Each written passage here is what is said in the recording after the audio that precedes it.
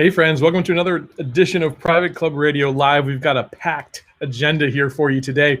We're going to be leading off with Peter Nanula of Concert Golf Partners. We're going to talk about some recent data from the National Golf Foundation and see how clubs are being affected here in terms of COVID in 2021 and everything that's going on.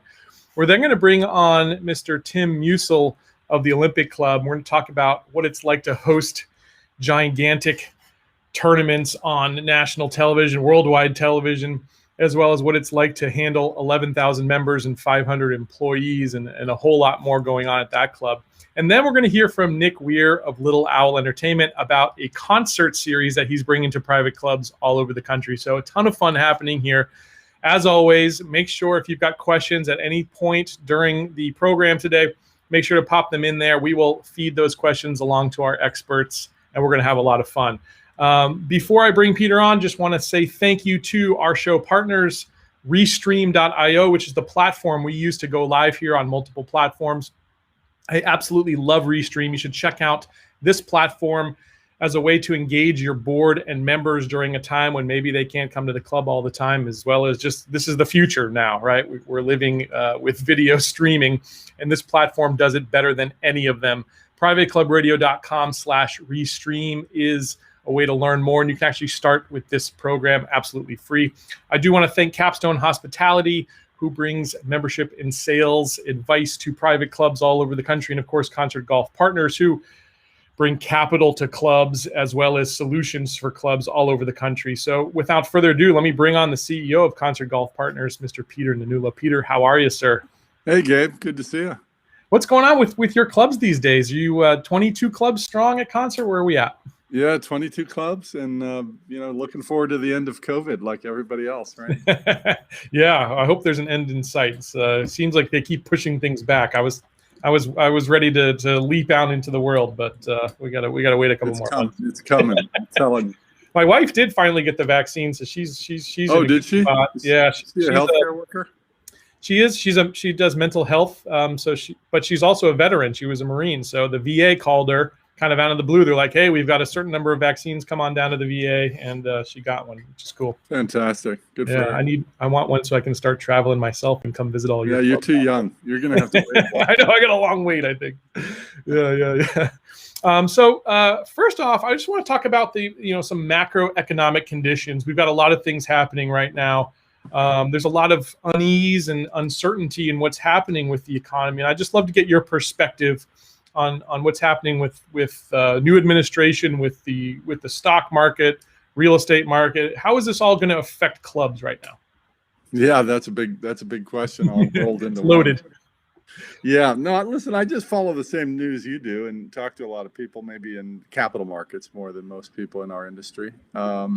It's interesting. We've had a year of pandemic, which nobody predicted, and it's had a boom for golf, right? And so I think clubs have taken good advantage of that. This year, I think, will be a transition year, right? Because I think as your wife and you and me and everybody gets vaccinated, we're going to have this sort of emerging feeling of safety, like, hey, we can congregate again. We can get together. I just got pinged from Tampa Jesuit High School, where I went 40 years ago, and for our reunion, June 25th to June 27th in Tampa. Wow. And so everyone is pinging me on email saying, we're all going. Right, it's a big event.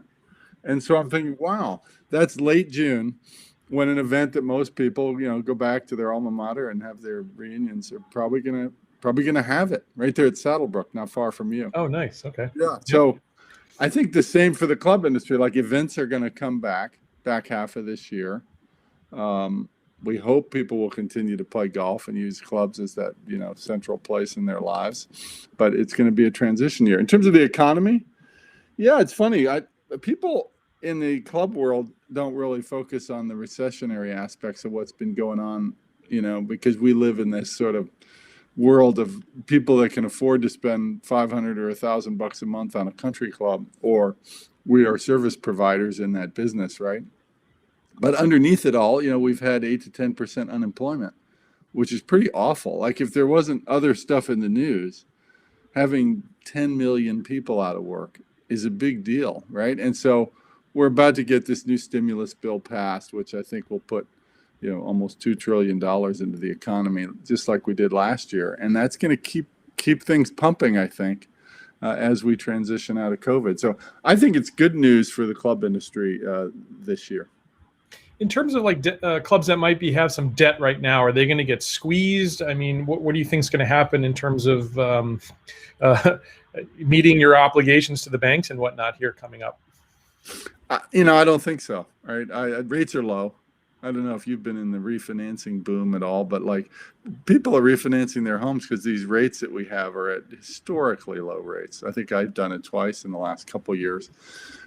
Interest rates are the lowest they've been in 50 years. It's crazy. And so when rates are that low, people borrow and you can afford the payments, right? And so a lot of clubs we talk to are refinancing their loans on their clubs, and I think they're going to be fine. I mean, the only ones I think that struggle have a couple of issues. One is they borrowed way too much. Like maybe they should have spent $5 million on a bunch of improvements, but through one factor or another, they spent 15. Okay, well, that club probably can't afford that. And when they a couple of years go by, they shouldn't be carrying around $15 million of debt on a club that has $7 million of revenue. Like we hear those stories a lot. Doesn't matter what the interest rates are. That dog doesn't hunt, right? As Nick will probably say later, right? That math is wrong. And so there's those kind of clubs. And then there's clubs that just have competitive or governance challenges where they're just struggling to get members at a time when you probably interview people all the time. This is the boom time in golf. If your club is setting records right now in terms of members and rounds of golf and all that, then there's something structurally wrong at your club. And you need to find a new path. Those are the people that we talk to, and we can help them. But I think most people, no, you're not gonna have a problem with debt unless you borrowed way too much in the near term. Right. Yeah. You do have those clubs that keep kicking that can down the road that we talked about. Yeah, exactly. Now there's some interesting data that just came out from the National Golf Foundation as well. I'd love to talk to you about that and break down what they came up with in terms of the amount of golf courses being built or the ones that are in existence right now. Yeah. No, Joe Beddit's our friend in the industry, publishes NGF data all the time. I think monthly he sends out a big newsletter, but this latest one was an update on golf course supply. How many golf courses are in America? Public, private, you name it. And it was a really good summary. I wish I could put it up on your screen here. I know, I was trying to find a way to do it too, the graphic. But the summary is that starting in the 80s, the industry, as most people on your show know, built massively, right? We just added tons of golf courses. We added 4,500 golf facilities, and we got overbuilt. And I think most people know that from the 80s up until the early 2000s, master plan communities with golf. Look at you. Did it. Hey, there you go. That's terrific. So if you look at that big green area on the left, that's our industry for 20 years. Overbuilding in terms of supply, just way too many golf courses. It was great for golf development, designers, architects that you and I know. These were boom times. The problem is a lot of those places, golf facilities were not built in areas that could sustain a club or a course. And so what you see the last 15 years there is 10 years in a row of declining supply. Like so that's 2006 or so is when it kind of really started to shift. Yeah, so that's 18 holes going to 9 holes. That's public golf course getting turned into residential. That's courses closing on a net basis for a decade. So we've taken out maybe a third of that new supply that we built, and it looks like we'll probably continue to do that for a while to get back to some kind of equilibrium. But frankly, it's good news for the clubs. Right, because you have less clubs trying to, attract other members or golfers, and we can get closer to something where, all facilities can do well if they're properly operated. Yeah, I think it's good news. Do you think that will go back to more of a boom time? Do you think that this will stay in this area where it seems to be the supply is meeting the demand? Yeah, I think we're going to keep shrinking the supply. I mean, I have heard. I talked to Henry Delosier the other day. I'm sure you've interviewed him. Yeah, and he's on the sort of front end of development, right? People call him when they're trying to figure out, should we build a new golf course or a community or what have you? And he was working on some new development stuff in the United States, not flying to Asia or the Middle East. He was working on new golf courses in the US. And I thought, wow, that's the first time I've talked to somebody about that in a while. And so I think these numbers, these red numbers, will start to shrink a little bit, but I still think we'll be in a net supply mode for another decade or more. Net supply shrinking mode, right? Where we're still taking out some of the clubs and courses that just didn't make sense in the first place, right? And they need to shrink. Yeah, well, I appreciate your insight on that data. It's really interesting. Of course, it affects everyone in this industry in terms of their own jobs and what they've got going, their long-term plans. And we appreciate you helping us bring that data. Thank you to Joe who puts that together. I do get his email on the National Golf Foundation. Recommend you guys get on that email list as well if you're not already. Peter, let's talk a little bit before you go on how you guys help clubs and what you guys are looking to do here in 2021 yourselves. Yeah. Thanks, Gabe. We are a partner for private clubs, mostly member-owned clubs. So for boards who are looking through their capital needs to do big renovation projects or just trying to right the ship of their club, we are a full solution, capital plus professional management for your club. So if you're not loving the idea of having 14 committees and spending 1,000 hours a year running your club and you need capital, we're the guys to call. Sometimes it is nice just to sit back and relax and enjoy, right? Yeah. That's what you guys do. Thank you, Peter, so much. Always great to see you every month here on Private Club Radio. Check it out, concertgolfpartners.com. Learn what Peter's doing. They've got a great video. In fact, we'll play a little clip from that video at the end of this show. Oh, cool. Check out what they're doing, and we'll see you next time, Peter. Good to see you, Gabe. Thank you, sir. All right, very cool. All right, next guest up is going to be Mr. Tim Muessle of the Olympic Club out in San Francisco, the Bay Area. So from Tampa Bay to San Francisco Bay, Tim, welcome to Private Club Radio Live, sir. Thank you, Gabriel. And that's a tough act to follow, a guy like Peter. That guy, so smart. I was in Philadelphia working at a club when they, came into our market with their, concepts of working with boards and capitalizing some undercapitalized project or places in a smart way. And I know they've done great work around the country. It's impressive. Indeed. Yep. And their network continues to grow. They're just doing a great job over there. Tim, I want to talk to you about your club and just this massive club by private club standards that you have. It sounds like it's almost a city. I've never been on site there, but 11,000 members, from what I understand, 500 employees, 2 clubhouses, 22 committees, $64 million in operations. What's it like to manage something that big? You're like the mayor of the town, probably. So right? walk in the park. We've pared down to 16 committees, so that's certainly been helpful. Nice. Okay. But Gabriel, as you mentioned, it's a big enterprise. We've got our large golf club, historic golf club out on the Pacific Ocean or by the Pacific Ocean. And that's also, it's funny, I've been at the club numerous times before I interviewed for the job. I didn't even realize there was a tennis facility there. So we have a pretty world-class tennis facility on that property. And then we have a downtown city and athletic club with all the amenities that offers, from, 2 indoor Olympic pools and 2 basketball gymnasiums and, kind of everything else, fitness and whatnot.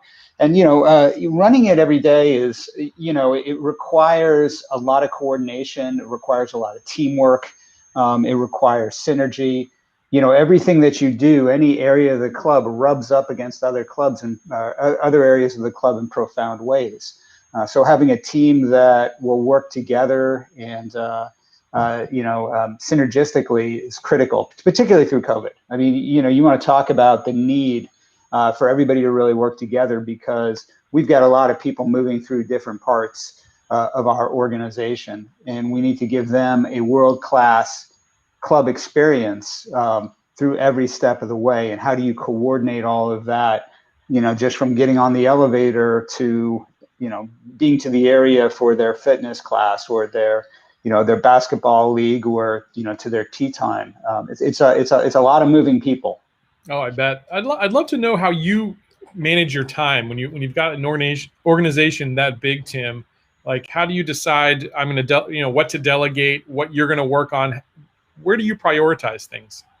Well, when you're in my role, you can't really do anything. I always say I'm the master of doing nothing. I'm like, the Seinfeld sitcom. I'm a show about nothing, right? Nothing. Yep. But to be honest, my whole focus is on people. It's on the leaders within the organization, and we've got great ones. Working with them to make sure the leaders under them, because when you're as big of an enterprise as we are, you've got layers of leadership that all need to focus down. So I focus a lot on that. I focus a lot on culture and good management principles and good leadership principles, because the best thing that I can do is make sure that those things are happening within the organization. I worked for a guy named Dave Tyson, who many of you know, who one time told me, Tim, you'll know your organization is really good when it works better when you're not there. And I always kind of took that to heart.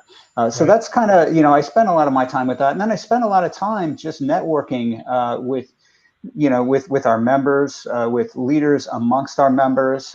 We've got a lot of them, as you mentioned, and they're all very important. And, making sure that either directly to me or by a proxy, that people feel that I'm approachable. Because when you have 11,000 members and it's so big, all of a sudden you become more of a figurehead than a familiar face.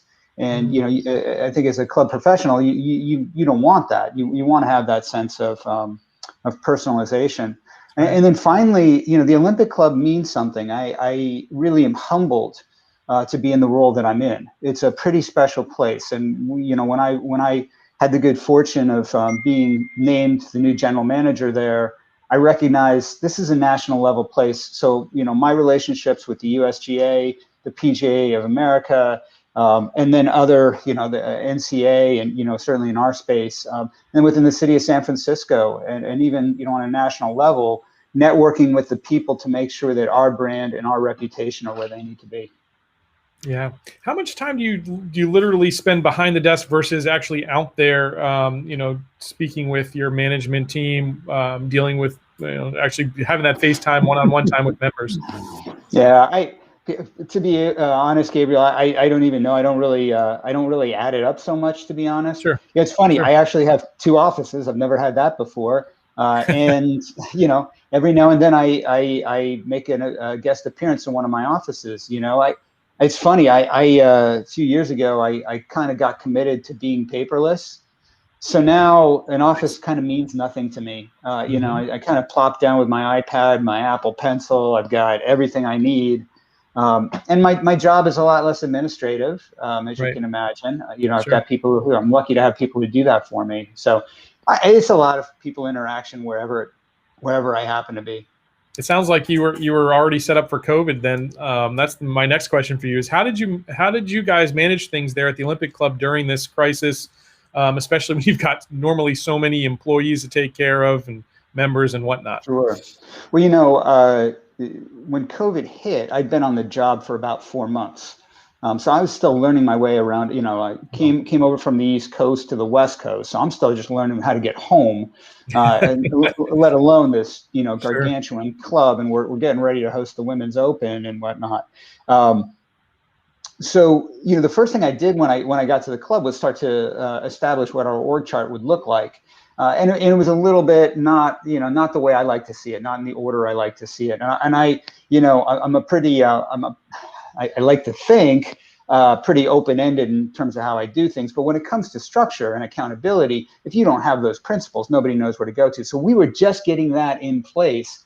That's when COVID hit. And thank God we had established that. Because once we established that, then now we had clear roles of accountability. And then it was a build. I mean, it was, while I think that the things that I brought to the table played well to it, we were not yet. We had just gotten structured for it. New players coming on board, but we came together. We used it as a rallying cry, and every day was a lot more nuts and bolts. It's gotten a lot easier. I say now, in San Francisco is California. It's open, close, open, close, open, close. But we're really good at it now. For better or for worse, it's kind of like, oh, what are we doing? Okay, shut that down, and move the pieces on the chessboard, and there you are. I do think, and I'll echo some things Peter said. We're looking at now. Okay, there is an end to it, and people are looking ahead. So what's that going to look like? And there's going to be a void in all of us to fill, our own personal void of getting out and getting around. So now we're thinking about how are we going to be ready for that. Right. Yeah. Well, let's talk about the future here and what you guys have in store. I know you've got the Women's Open happening very shortly. That's this year. And then you've got the U.S. Amateur, the PGA in 2028, maybe a Ryder Cup event down the line. How are you guys getting prepared, and what are you doing there at the club internally to get ready for that?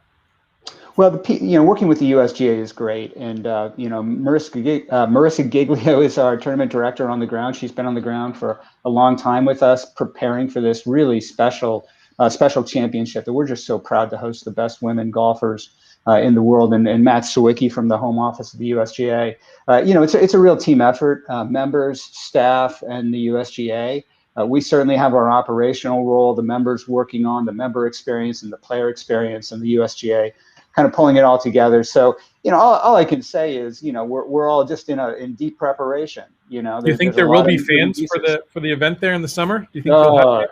Gabriel, put me on the spot. That's I knew you would have a gotcha question for me, journalist. We're not sure. It's dependent on the city, Sure. and then it's dependent on what are the optics of doing that type of stuff, and how do the players feel about it. So we're hopeful that we'll have at least our members will be able to come, and anything above that, we'll see how it all plays out. Yeah. So how do you mentally manage all of these moving parts? First of all, you come into a club. 4 months later, COVID happens. You've got all these things happening.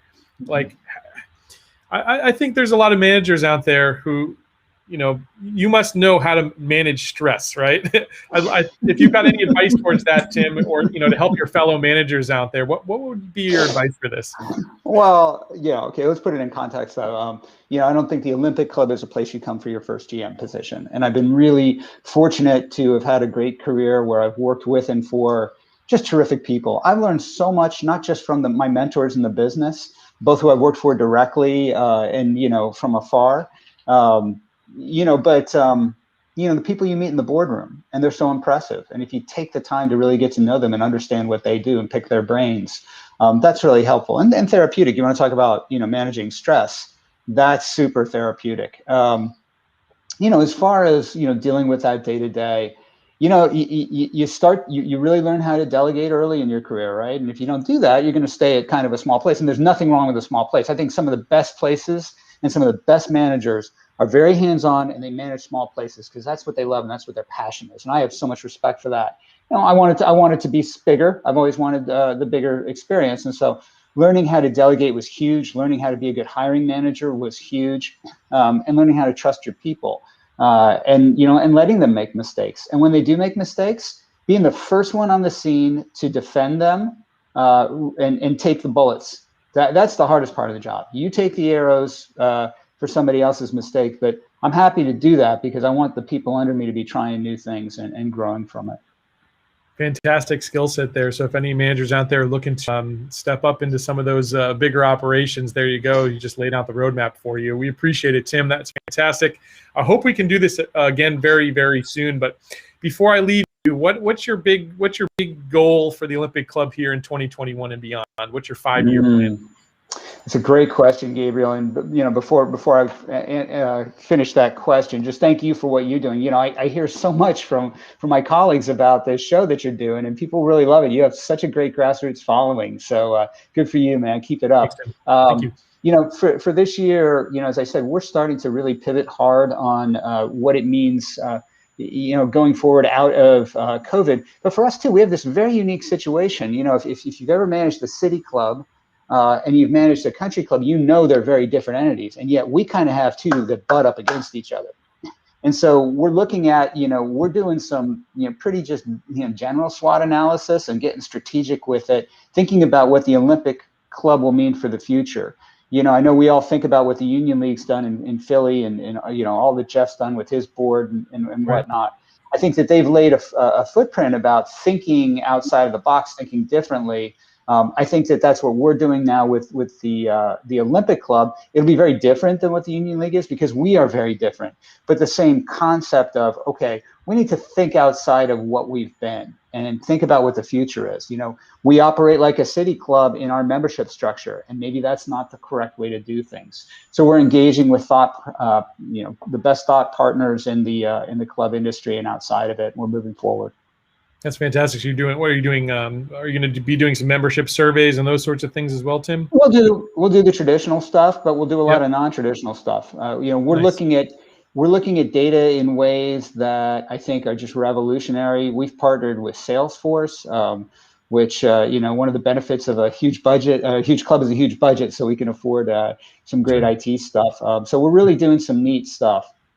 There's with data you can do anything. I think, right? That's true. That's yeah. The knowledge And power when you're just north of Silicon Valley, it's there's an influence here too. So think of us as the Google of clubs, I guess. I don't know.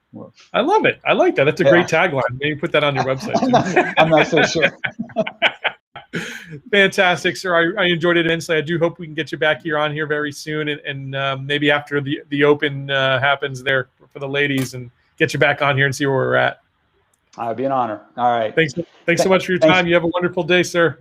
Take care, Gabriel. Be well. Bye, everybody. All right, that was very, very cool.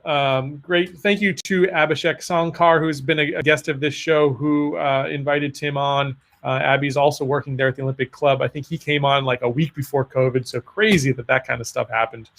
All right, well, we're coming to our third and final guest, last but not least here today, Nick Weir of Little Owl Entertainment. Is going to talk about his tour that he's putting together, country music tour for private clubs, which I'm pretty excited to hear about. So Nick, welcome to Private Club Radio. Got too many people on my mind today. You're crushing it, Gabe. And I told the other Tim that Tim's my dad's name, so it's easy to get those two confused. I love the hat. Very Nashville of you. I love that hat, by the way. Thank you, man. Yeah, Kevin McDonald calls it my owning my suit, and this is my Nashville suit. Nice. Yeah, great to see you, man. Thank you for having me on. Yeah, man. So tell us about this concert series you guys are putting together, and give us a little background maybe on you for folks that haven't heard your appearance here on the show a couple years back. Yeah, absolutely. And just piggyback off of what Tim was saying. I mean, just congrats to you, man, on creating such a great platform and following. I mean, it's truly, innovators like you that are changing the game, and something that I've kind of been trying to do in my own way, and I'm proud to, feel like we're kind of getting somewhere with the help of so many people in the industry. But yeah, I just wanted to say congrats on all your success. Appreciate it. So I'll kind of give you the cliff notes. Basically, I started out in the private golf and country club world. Grew up a musician, played in a band, drums and sang for a long time, and had the opportunity to meet through a country club internship that I had back in the day, some folks that were in the music business and were the ones that kind of put together the tour with the band, the sponsorship, the routing, and all the events and logistics. And it just blew me away. And I said, that's what I want to do. So it's been, a little over a decade now of doing just that. And always trying to stay true to myself and, what it is that I love to do. I love music. I love touring. I love hospitality. I love golf. So when I started my company in 2013, Little Owl Entertainment, it was truly combining all those passions into one. And we started out taking up and coming artists from Nashville when I'd moved here, and singer-songwriters to the private golf world and country clubs that had never really done anything like that. Typically, clubs will hire the band or the entertainer down the street, or who the club lounge act, some tired lounge act. Exactly. Okay, so support your local musicians, especially in this pandemic. But just wanting to give the club world that I love so dearly a taste of like what's possible, and you don't just have to keep doing the same event and same act over and over and over again. So kind of coming back to our bread and butter now, we've created a concert series called Music City Live.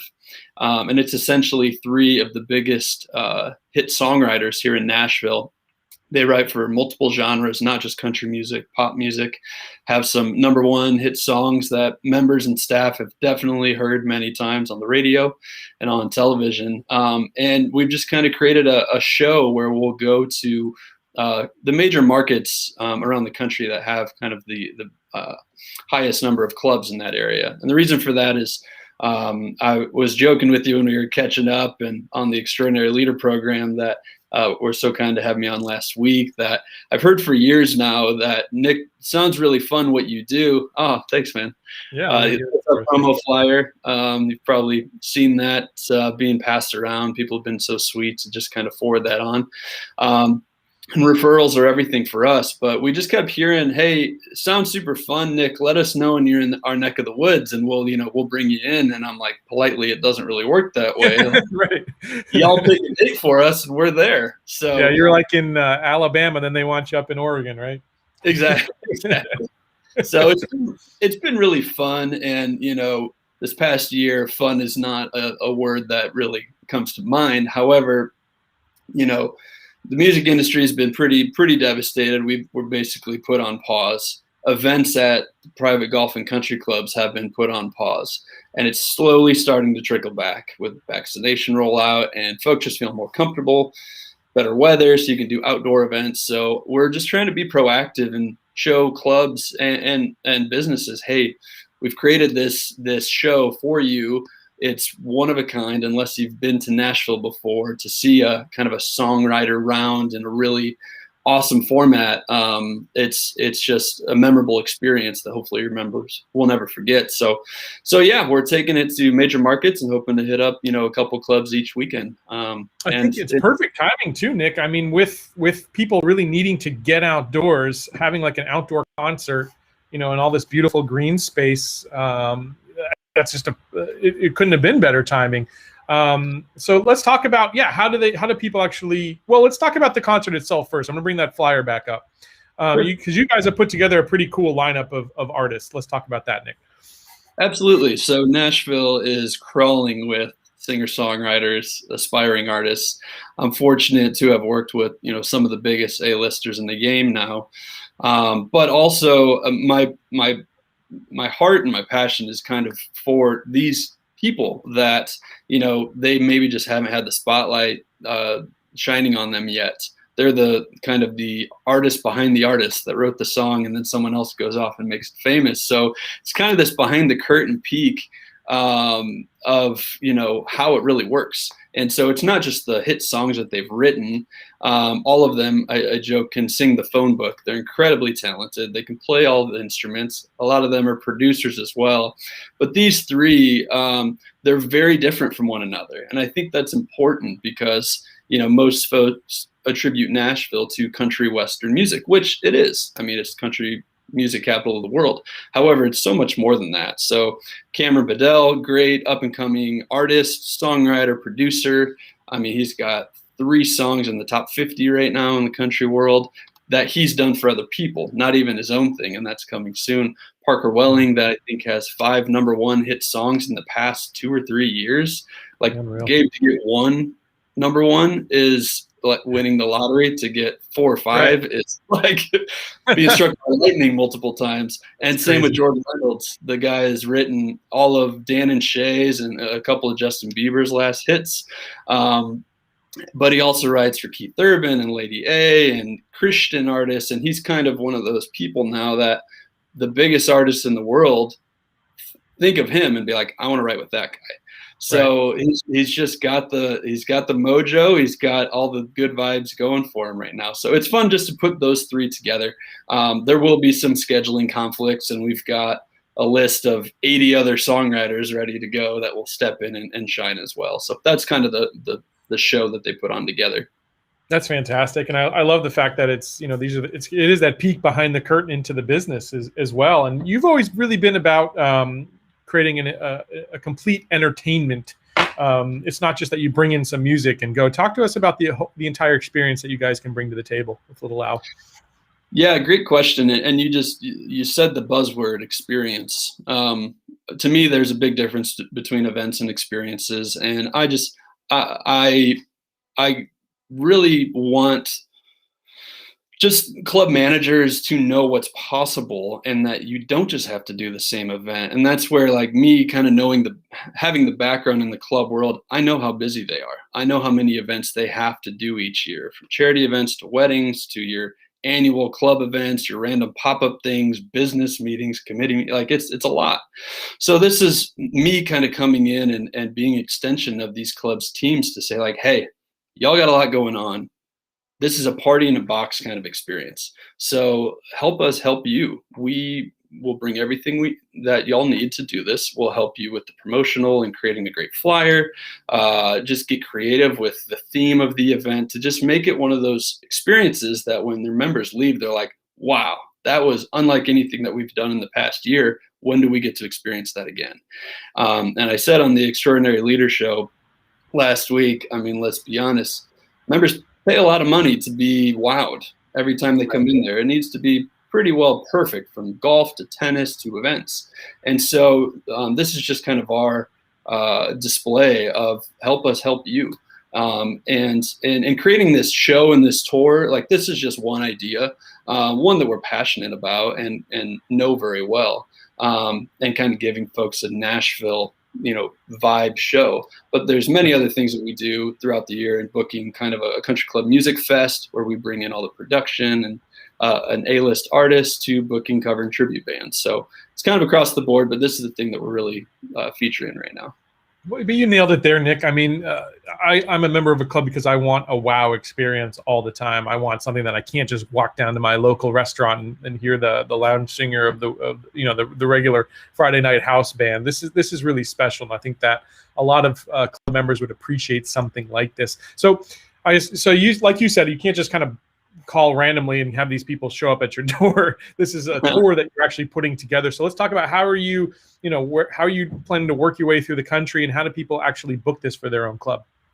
Absolutely. We were chatting before we all jumped on here with Peter and Tim that, it kind of is a snowball. So no two clubs are the same. No two counties right now are the same. No two states are the same. So really just we're spending our time reaching out to the influencers in each region through CMAA, PCMA, good friends of ours that have been so sweet to us over the years, and just kind of finding that trendsetter, trailblazer in each market that without even asking, and this is something that I will forever be grateful for, how certain clubs, like, it is a little competitive, but it's also just a big fraternity of people, and they want to share the love. And, oh, you should talk to so-and-so. So Gabe, just in the last month of chatting with folks, we've talked to quite literally a couple dozen that we didn't even know, that we were just referred to, and now people are reaching out to us. So we're still, everything's on sale. We're trying to just navigate this COVID pandemic that everyone has been under this last year. So it's gonna take some time and patience. Certain states are ready to go right now, and they can do an outdoor event this weekend. Other folks, West Coast, are gonna need probably Q3 or 4 before they can do it. So we're just being open and honest and be like, hey, we'll go where we can right now. But also starting the conversation with folks that are excited about it, that they just can't pull the trigger on it yet. So it's been really fun to see their excitement for something new and fresh, especially in a time when we haven't had entertainment in clubs for over a year now. So exactly. I think you kind of hit the nail on the head there. It's a great industry in the fact that people really share the good that they're doing at their club, so that other clubs, even ones that they might be, nearby, can share the wealth there. And this could be a potential opportunity. Maybe you're a golf club and you've got a yacht club in your area. Maybe you guys could get together, combine, and do something. Have Nick come through and do one big concert, or potentially, a weekend sort of situation at your club. So I think there's just a lot of good that will come from this. And like Tim said, synergistically, kind of have clubs come together. Nick, if folks want to find out more about Little Owl, more about what you're doing with the concert series, Music City Live, how do they go about doing it, sir? Yeah, thank you. You can email me at nick@littleowlentertainment.com. You can also go to our website, littleowlentertainment.com. Yeah, it's been, through LinkedIn and reaching out to past clients and kind of our go-tos in the industry. They've kind of been just spreading the promotional flyer along. Yeah, give me a call. I would love to connect. I joke that sometimes when we jump on the phone, we get more accomplished than you could through 10 emails back and forth. Happy to do it that way as well. But I find that the creative juices really get flowing when you're talking. And I just to push the question of like, what haven't you guys done? And what can we do? And so that's where it's fun to jump on the phone. But yeah, all the information's on our website, and if email's easier, nick@littleowlentertainment.com. Awesome. And of course, we'll put the links in their show notes here. You can get a hold of Nick and find out what they're doing with the Music City Live. That's going to be fun. I really hope some club here in Tampa brings it. Fingers crossed, because I'd love to see those acts come through my place as well. Nick, we'll make it happen. A pleasure, my man. I appreciate you coming on the show today, and I wish you well with the tour. Thank you, Gabe. I appreciate it. Thanks for the time.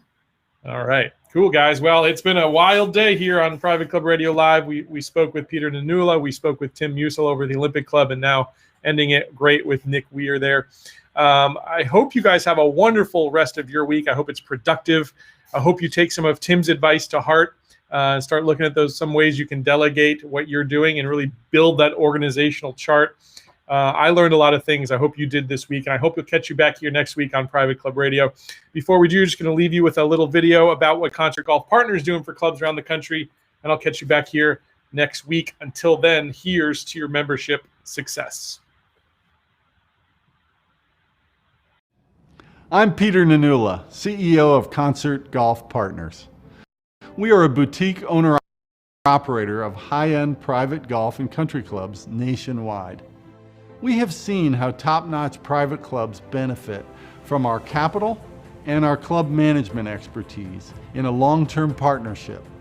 Our approach to recapitalizing member-owned equity clubs allows us to reinvest in the clubs, keep member dues rates affordable, and attract new members to join, while building a vibrant club community. Each of our clubs is unique, and we're committed to providing the best possible member experience and preserving the traditions and culture of each club. I look forward to introducing you to Concert Golf Partners and to our process for helping private clubs to thrive